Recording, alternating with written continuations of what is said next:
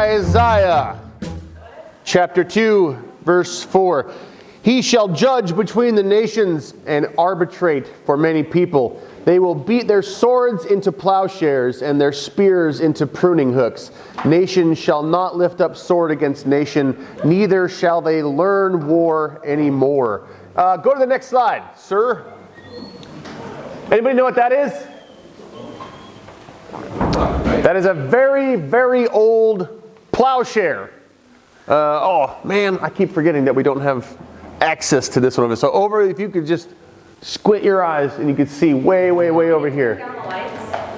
Sure, that's not gonna hurt anybody. Does that help? No. Not really.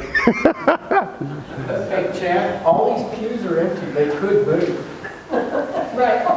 Don't worry about it now, but just saying, until we get this fixed, you can sit over here. So this thing right here kind of looks like a baseball bat. I don't know if you can see that or not. But it's got this end over here that's all metal, and it's flat near the end. And that, it's kind of in the name. But what would you use a plowshare for? To plow your share. To plow your share. Right. In modern days, more modern days anyway, if you had a plow, the plowshare would be the part that there on the very, very end that sticks into the ground, and it's the sharp, pointy part, right, that allows you to draw very clear lines easily in the dirt. Farmers, am I getting this right? Bill, do I have your thumbs up on this? Because I've never used one of these. I'm trusting the research. Does that sound right? Okay, good. I'm all right. So, what do you think it might mean when the scripture talks about beating your sword into a plowshare? Use it a lot. You use it a lot? Like you kill so many people that it gets flat? Not quite what it's getting at. Sebastian? Changing the intention of the device in question. Taking something that was meant for war and using it for something that is going to be generative and life-giving for the community, right? Isaiah seems to indicate that when all is said and done, when things are as they should be, we will take all of those things that used to be for hurting and for war, and we will use them for the benefit of, everyone. Does that sound like a good idea? Good. Does anybody think that's a bad idea? Okay, then at very least, we can all agree, right, that the goal that we are working toward would be to take all of those things that we would use for war or for violence and turn them into something that benefits everyone. Yes? Even if we aren't doing that, we can at least all agree that that is a worthy goal to have in mind. Yes? Okay. With that in mind, the New Testament reading is Luke chapter 6, verses 27 through 36. But I say to you that listen, love your enemies, do good to those who hate you, bless those who curse you, and pray for those who abuse you. If anyone strikes you on the cheek, offer the other also. And from anyone who takes away your coat, do not withhold even your shirt. Give to everyone who asks of you, and if anyone takes away your goods, don't ask for them back. Do unto others as you would have them do unto you. If you love those who love you, what credit is that to you? Even sinners love those who love them. If you do good to those who do good to you, of what credit is that to you? Even sinners do the same. If you lend to those from whom you hope to receive, what credit is that to you? Even sinners lend to other sinners because they want to get back that much again. But love your enemies, do good, and lend, expecting nothing in return. Your reward will be great, and you will be children of the Most High. For He is kind to the ungrateful and the wicked. Be merciful, just as your Father is merciful. And this is the word of the Lord. Thanks be to God. Last week, While I was preaching, there was an incident about 3 miles away, just up the street in White Settlement. I mean, if we had a big enough slingshot, we could hit it from here. And there was somebody there who apparently has gone to that church quite often asking for help. And the people there did not ever give them money, but apparently had given them food before. And one day, last week, while we were preaching, this gentleman decided to bring a shotgun to the church and opened up fire in the church before he in turn was killed by somebody in that church who shot him. All told, there were at least 7 guns in that church out at the same time. And when I got home and started paying attention to the news, there was a lot of pretty upsetting things that people were saying. On one side of things, you had people saying things like, see, this is just going to keep happening. Until we ban all the guns, this is just going to keep happening. Another entire group of people was saying, I can't believe there's a place called White Settlement. How Texas is that? To which I had to shrug, because that was my initial thought too. When I first moved here, I thought, wow, they just went out and called it that. All right, I guess, okay, be bold. But there was an entire other group of people who were not happy that it happened, although it seemed like it.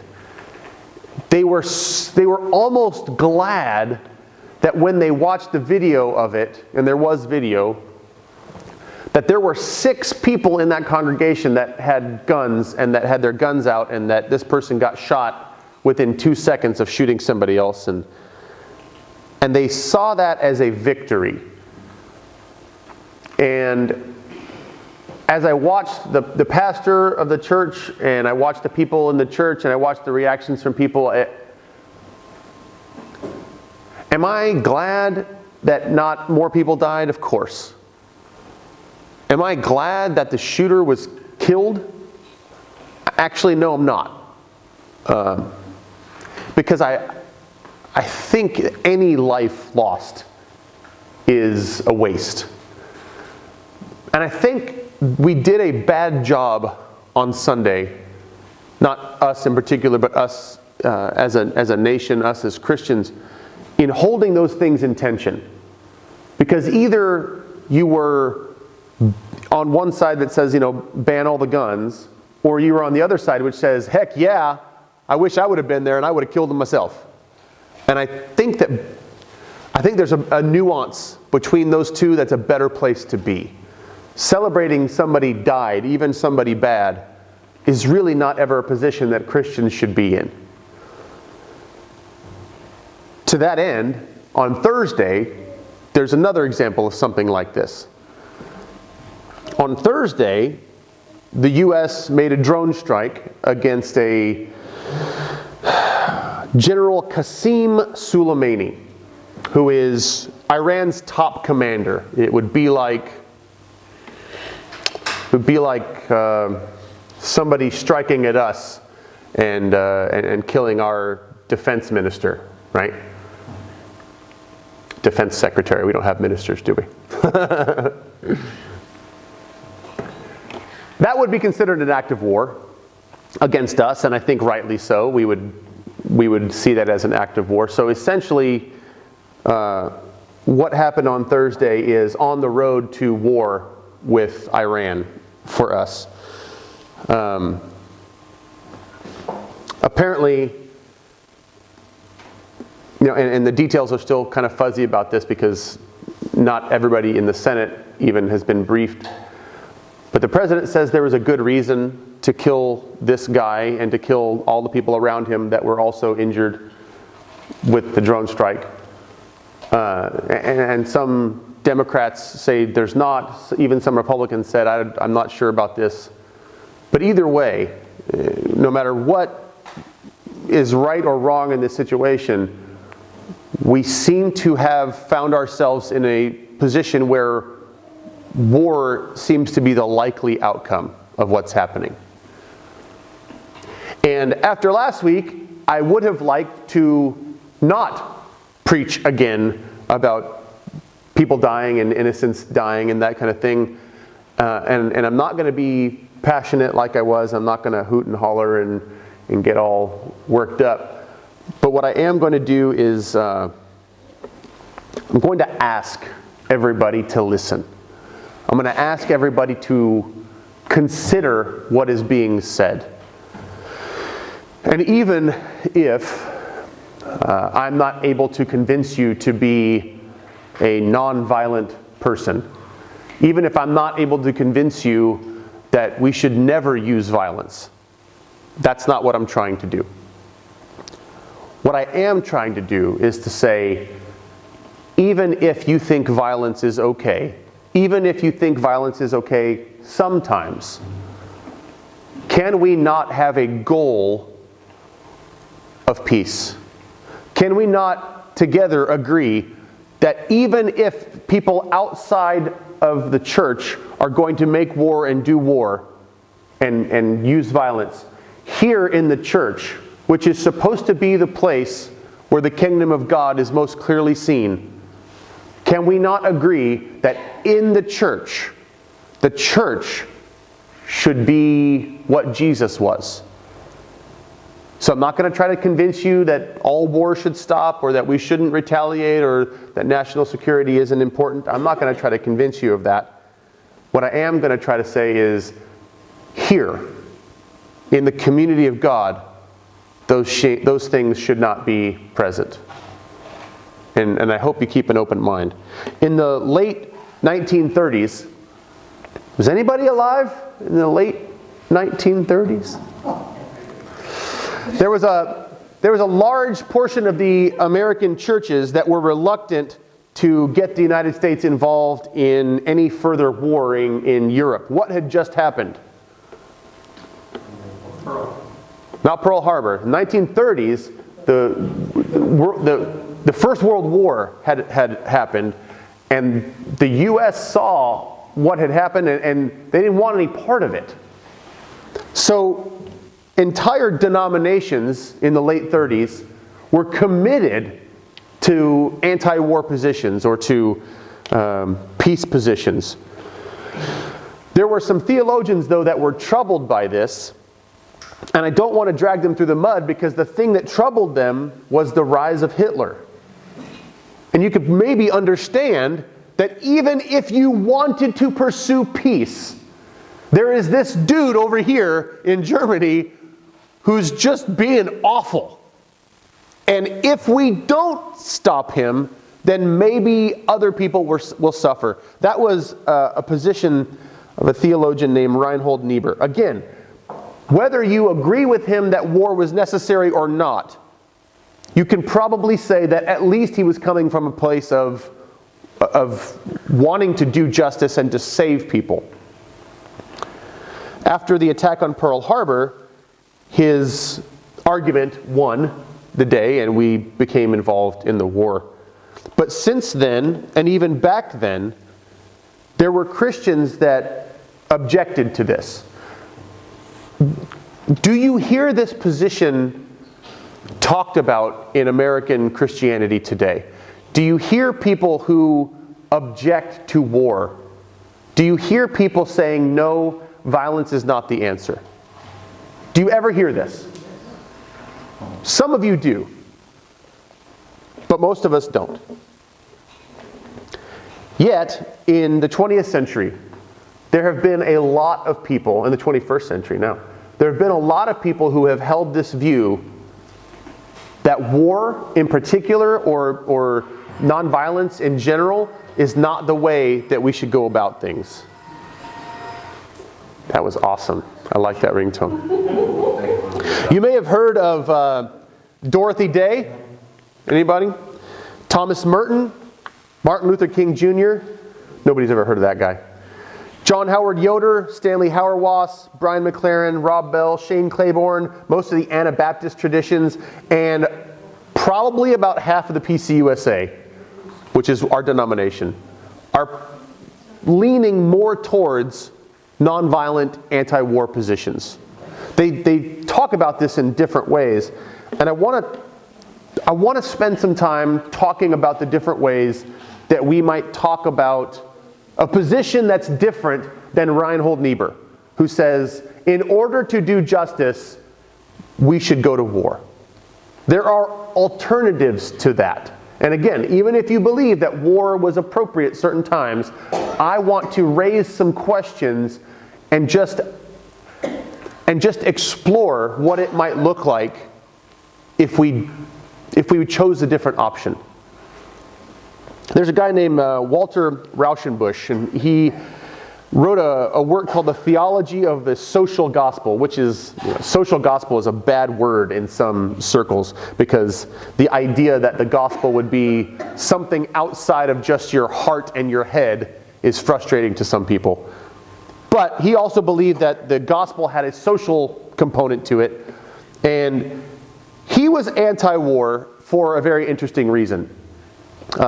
When he was actually protesting World War I, and he was abandoned by his more liberal friends who agreed with him before the war started, but then abandoned him when the war started. Because what happens when war starts, people?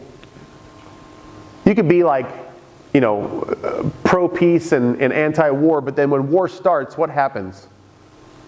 Even people who used to be anti-war tend to get what? Patriotic. I was going to say afraid, right? And they all sort of go like, well, I really would prefer peace, but also don't take my stuff. Right? Also, secure the borders. Also, don't kill us, right? So it seems like there's a line, like if things are going fine, then peace is fine. But if I'm threatened, then I will retaliate or push back. Well, Rauschenbusch found or felt or wrote that, most of the wars that we get into are not about protection. They're not about protecting people. He says that besides the fact that he felt that violence was incompatible with Jesus' teachings, he protested the war based on his conclusion that our leaders used idealistic and patriotic rhetoric to mask their true financial motivations. Now, this was back in World War I. Surely, and thankfully, no wars have been fought since then for financial reasons. But he was concerned that we were getting involved in World War I for financial reasons. And he says that when we mix together private profit and national honor or national security or patriotism, then we end up being pulled by the nose into some pretty unlawful things. And he says that capitalism often sacrifices the higher values of humanity to make big profits. So he says, be careful of people who talk about very high-minded reasons to go to war, but who are actually profiting from the war that they start. Now again, that probably doesn't apply to anything in the last 60 or 70 years.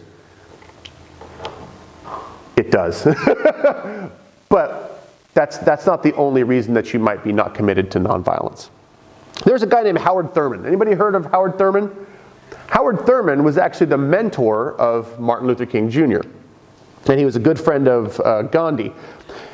And in particular, his grandmother was a slave. And she taught him the lessons that he would go on to teach Martin Luther King Jr. And he says that nonviolence is actually a method of survival for people with no power. This actually fits with what Jesus was talking about.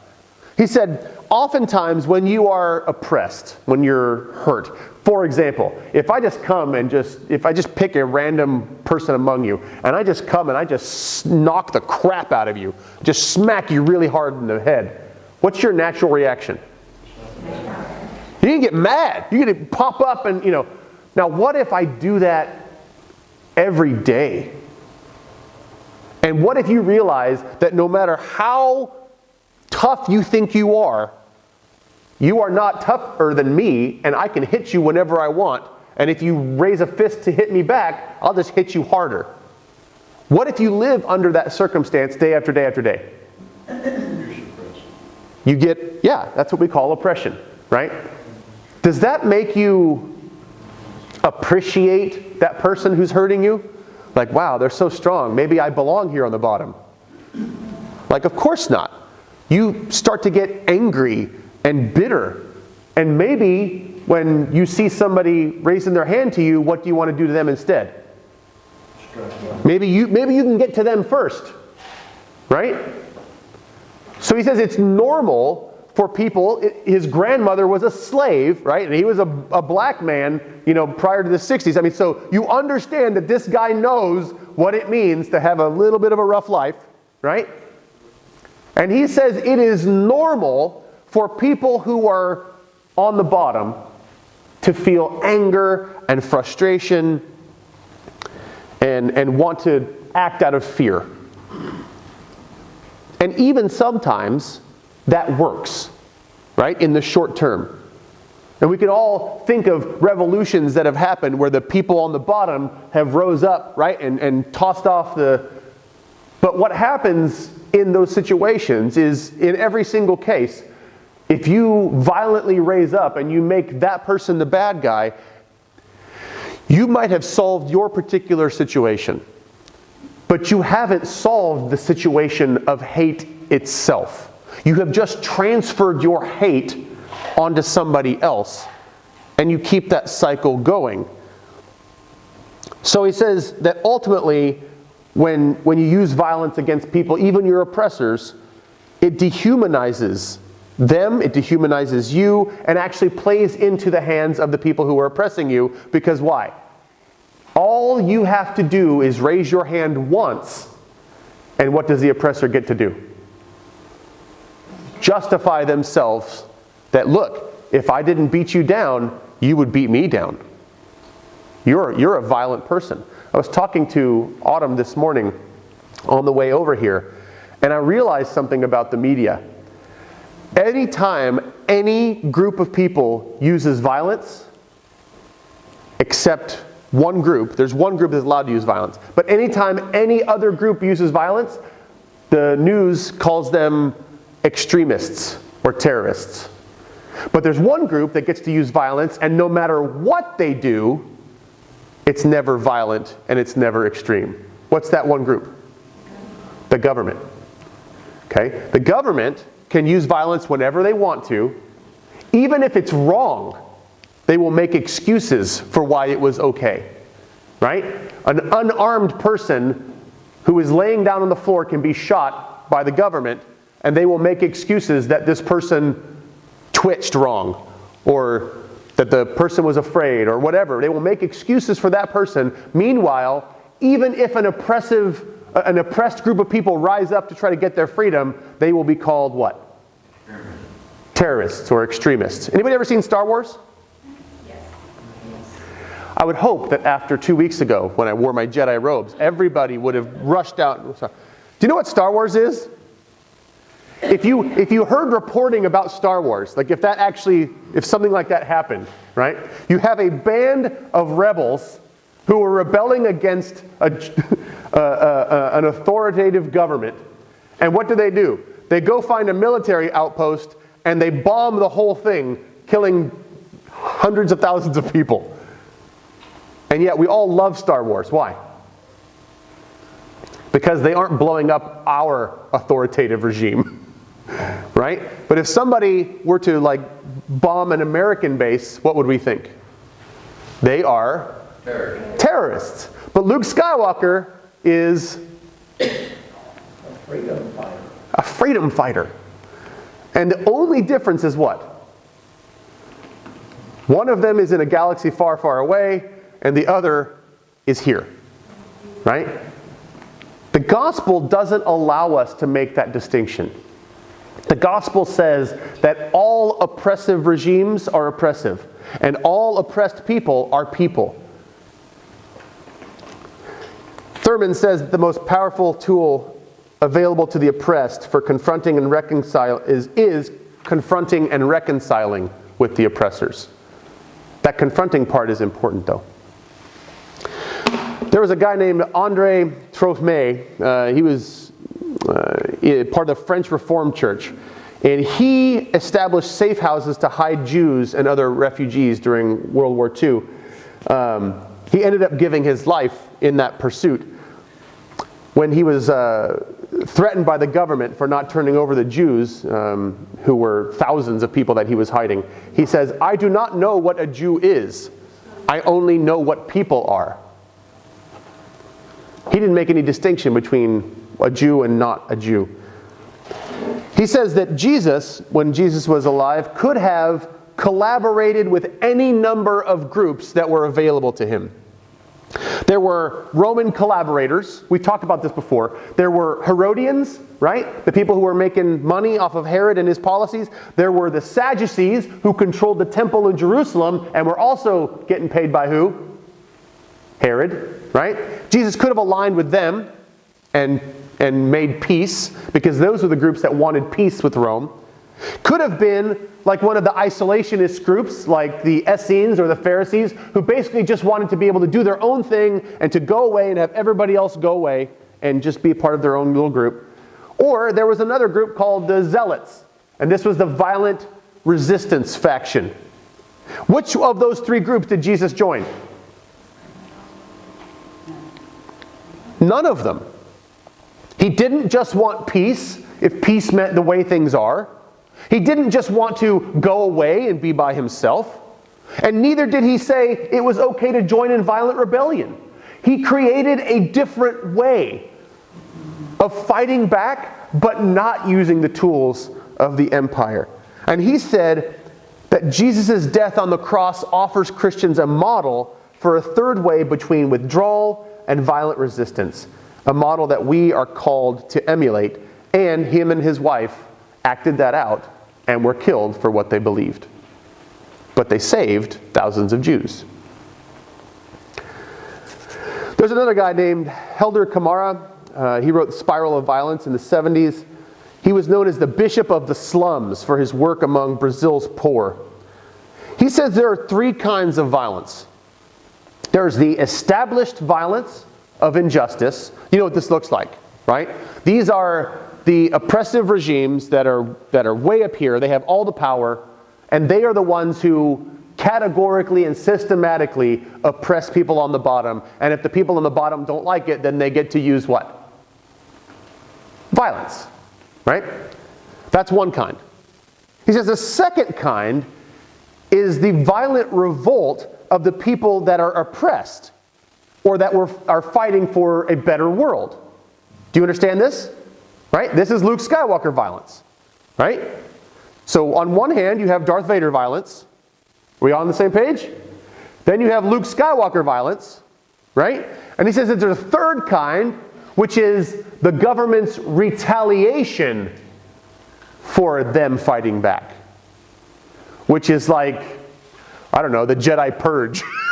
Right? Where like you just come out and you're going to kill everybody because you can't have even a little bit of resistance happen. Which of those type of violence is okay? None. He agrees. He says none of those are okay, but which is the most understandable? We were oppressed fighting. It is actually understandable that people who have been oppressed, especially oppressed a long time, would get tired of it at a certain point and rise up. Wasn't America founded on essentially that? That at a certain point, you can only tax us without representing us so long before we are going to what?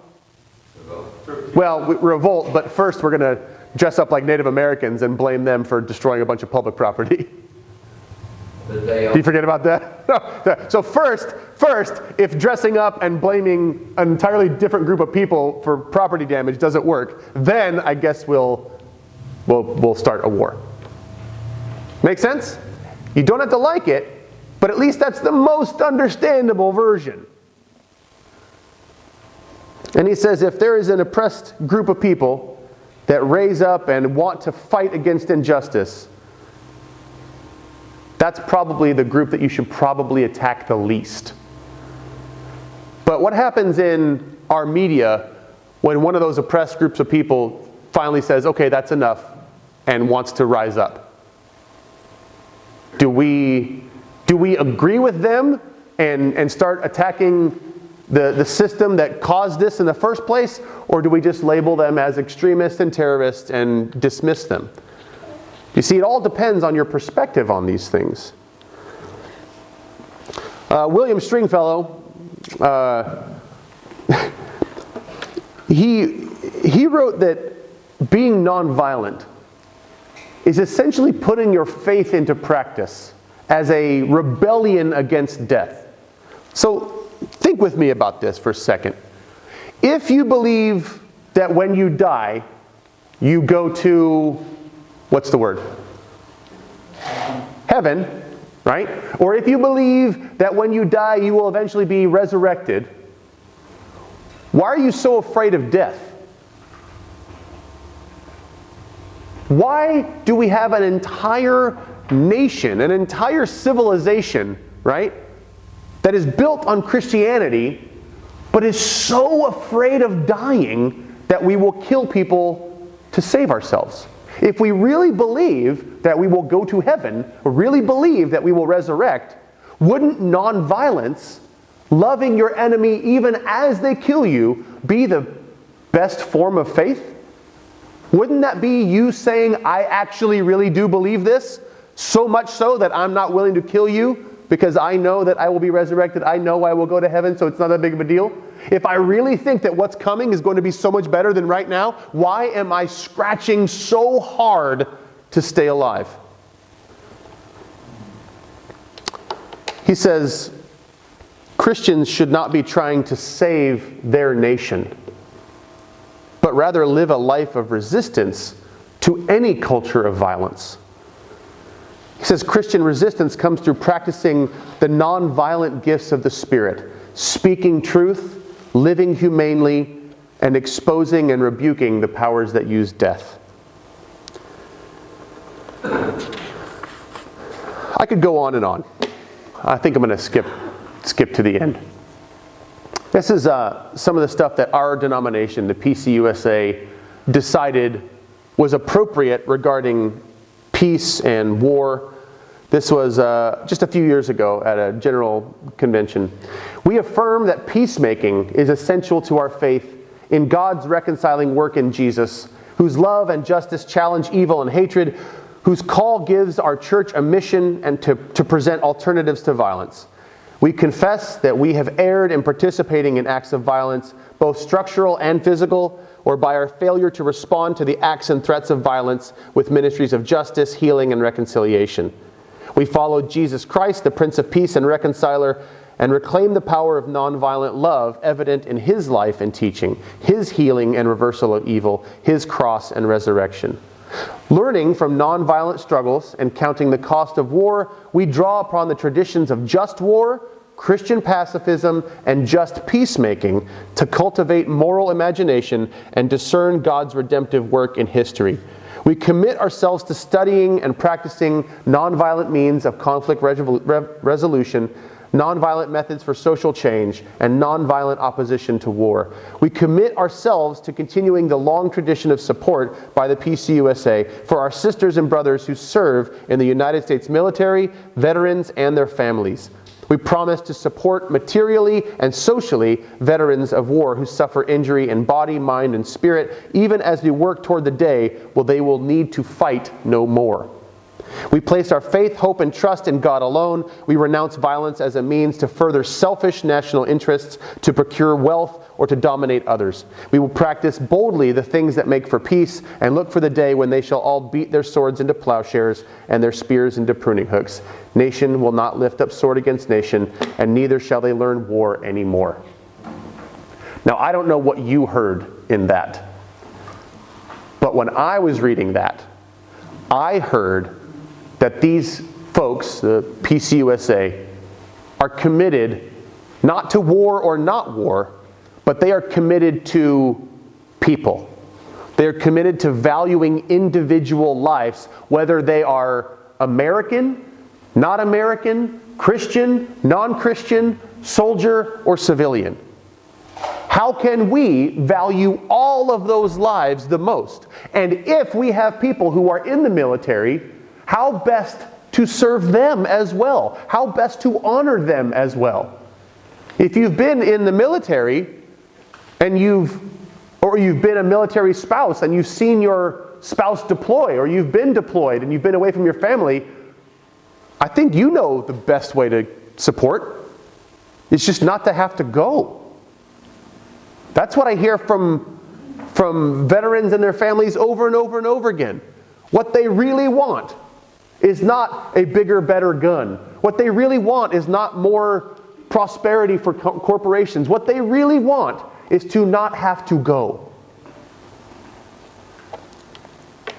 And I'm going to end with this, because there is a couple of strains in there. There's Christian pacifism. I don't know if you heard that talked about.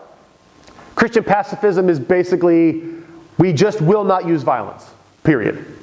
Kind of sometimes associated with doing nothing, which is kind of why I don't like using the term pacifism, because it kind of implies that we'll just never stand up. We just, no matter what's happening, we're just not going to fight.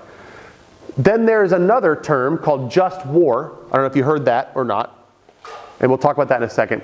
And then there is this idea of just peacemaking. And those are kind of three ways of getting at the same thing. But peacemaking is sort of the reverse of making war, right? How not to just decide, not to let war decide the terms of the talk, right? But how best to pursue peace. Not just lack of war, but how to make things actively more peaceful, which sounds a lot like what Jesus did, right? He actively worked for peace. He didn't just try to stop war. Do you understand the difference? I think, for my part, I am one of those people who wants to be involved in just peacemaking. I don't like the term pacifism. It implies not doing anything. And I really don't like just war. But let me ask you this. Is it okay to get involved in a war that is not just? If we are to go to war, should that war be just? Audience participation.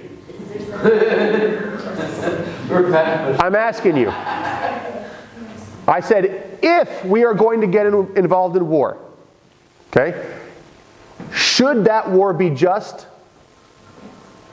If the war is unjust, should we be getting involved? So much silence. I can only take the silence because either you will not answer, yes, I'll go to war no matter what, that's fine, or you know the reality is that it doesn't matter, we're going to war anyway, and I'm going to just support the war. And sometimes you're tricky. And sometimes I get tricky, and you don't want to get tricked in my answers. That's fine. All right. Rachel's got my number. So let me just talk to you about what just war theory is, right? And say if we should only, if you're okay with war as a last resort, that's fine. If we should only use war as a last resort when it's just, let me walk you through what just war theory is, and then you can tell me which of our wars has ever been just. And let me give you a hint. None of them. First rule of just war is you have to have a... Mr. Presley, could you go to the next slide? He's not there. There we go. Just cause. The reason for going to war needs to be just, and therefore can't be solely just to recapture things taken or punish people who have done wrong. Innocent life must be in imminent danger, and intervention must be able to protect that life.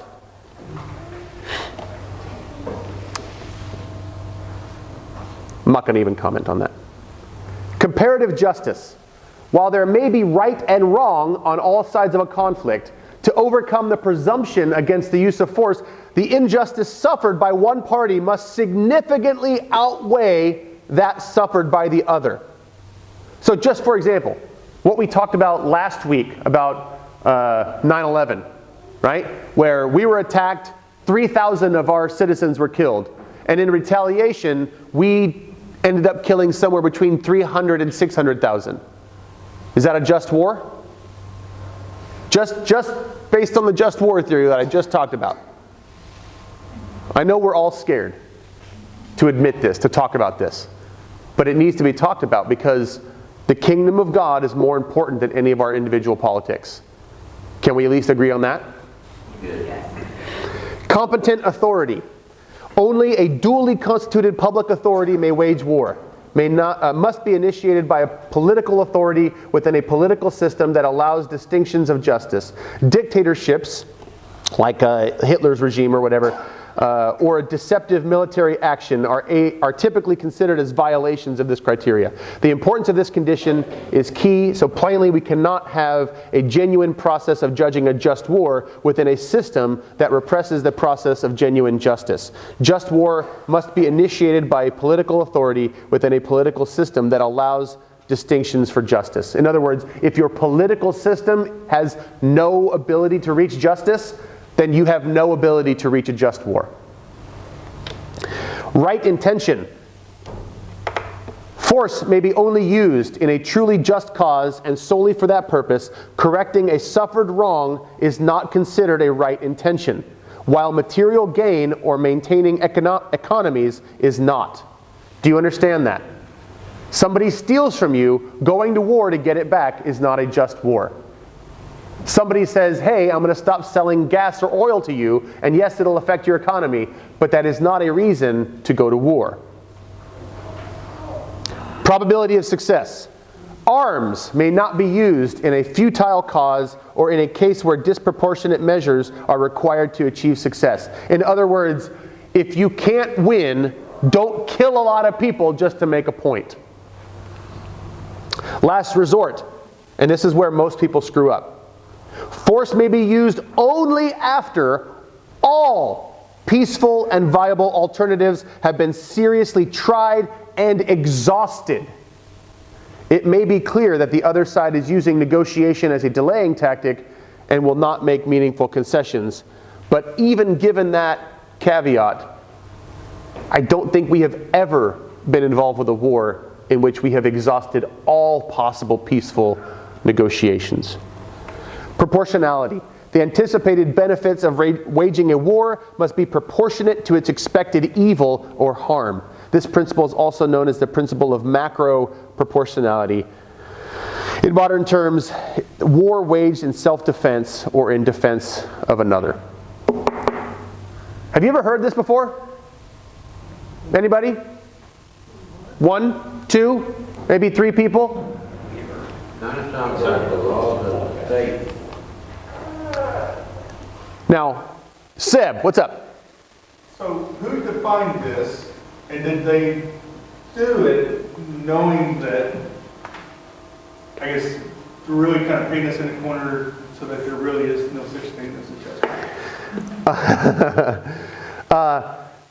justice? So your comment gets to something really important. So the criteria themselves are drawn from a lot of different groups. Like, for example, the Catholic Church has its own just ad bellum, which is, the criteria for a just war.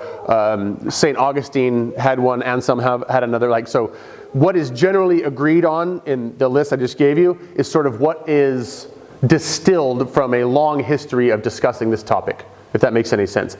But to your other point, is the list created in such a way that no war could ever be just? Sort of gets at the point. Like, we are so used to war not meeting these criteria. Like, in fact, I can't think of one, right, that has ever met all of these criteria. And so we're so used to thinking of war as being okay and being the way things get done that even placing what seem to be reasonable constraints on it makes us feel shame, doesn't it? It makes us feel like we've done something wrong. It makes us feel like war is never really the option. I mean, the only thing I can think of is the first Avengers film, where the enemy is not even right. The only just war Sebastian can think of is from the Avengers, where we're literally fighting aliens that are threatening to destroy our entire. So in all of these things,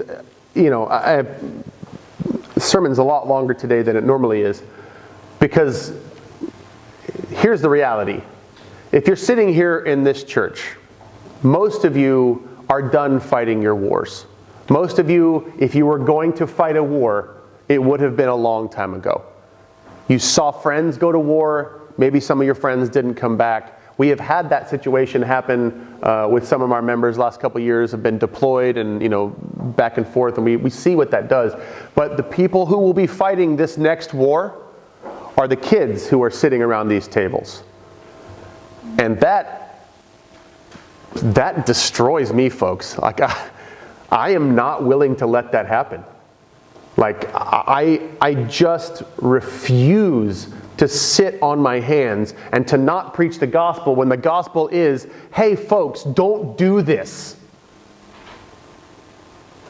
I refuse to be okay with whoever is benefiting from whatever happens. I refuse to be okay, whether it's a Democrat going to war, which I was against, or whether it's a Republican going to war, or whether Bernie wins and there's an independent and he wants to go to war. I don't care, because war is war. Do you understand? And how can we, as Christians, I'm not talking about America, I'm talking about Christians, whose sole mission in life is to bring about the kingdom of God, a peaceable kingdom, a kingdom where everybody respects each other and loves each other and everybody is valued as human. How can a church that is founded on that participate in the horrors of war? And let me be honest, for the first 4 centuries of the church, they could not. For the first 4 centuries of the church, joining military was forbidden. Violence was forbidden. Retaliation against somebody who hurt you was forbidden. And why did we change our minds on that? You know why. Because when the Roman Empire became Christian, that didn't stop the Roman Empire's need for what? Warriors. And so now, if everybody in the empire is Christian, which sort of indicates that if you follow Christian teaching that everybody in the empire could no longer do what? Fight. You're going to have a problem keeping your empire together, aren't you? And so you get the first iteration of Christian just war theory at that exact same time. Is that coincidence? No. And I'm not going to be one of those people to sit back and say, oh well, and just shrug and let our children go to war. Because the children, our youth, are the ones that are most influenced by the talk of how great our nation is and how much we need to support, and how much they're going to threaten us and, for mom and apple pie and get it done. You guys aren't going to get whipped up into a frenzy and go march down there and demand to go shoot whoever it is we're shooting. Your children will. Your children's friends will get whipped up in that frenzy.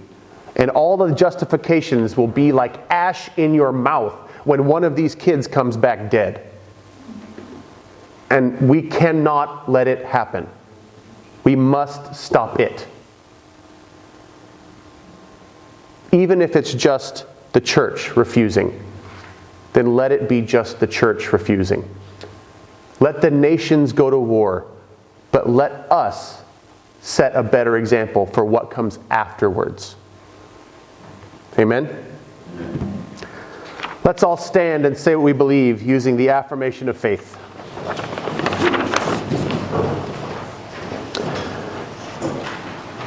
We believe it is through Christ's reconciling work that we are the church, united to God and to other believers. As the church, we strive to be the salt of the earth and the light of the world. We are entrusted with the message of reconciliation in and through Jesus Christ. As the church, we are witnesses by both word and deed. We proclaim the new heaven and the new earth in which righteousness dwells.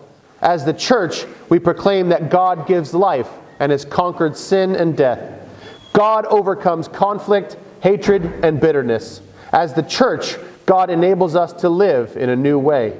God opens new possibilities of life for society and the world. We declare ourselves willing to venture out on the road of obedience and reconciliation, servants of the God who wishes to bring about justice and true peace among people. Amen.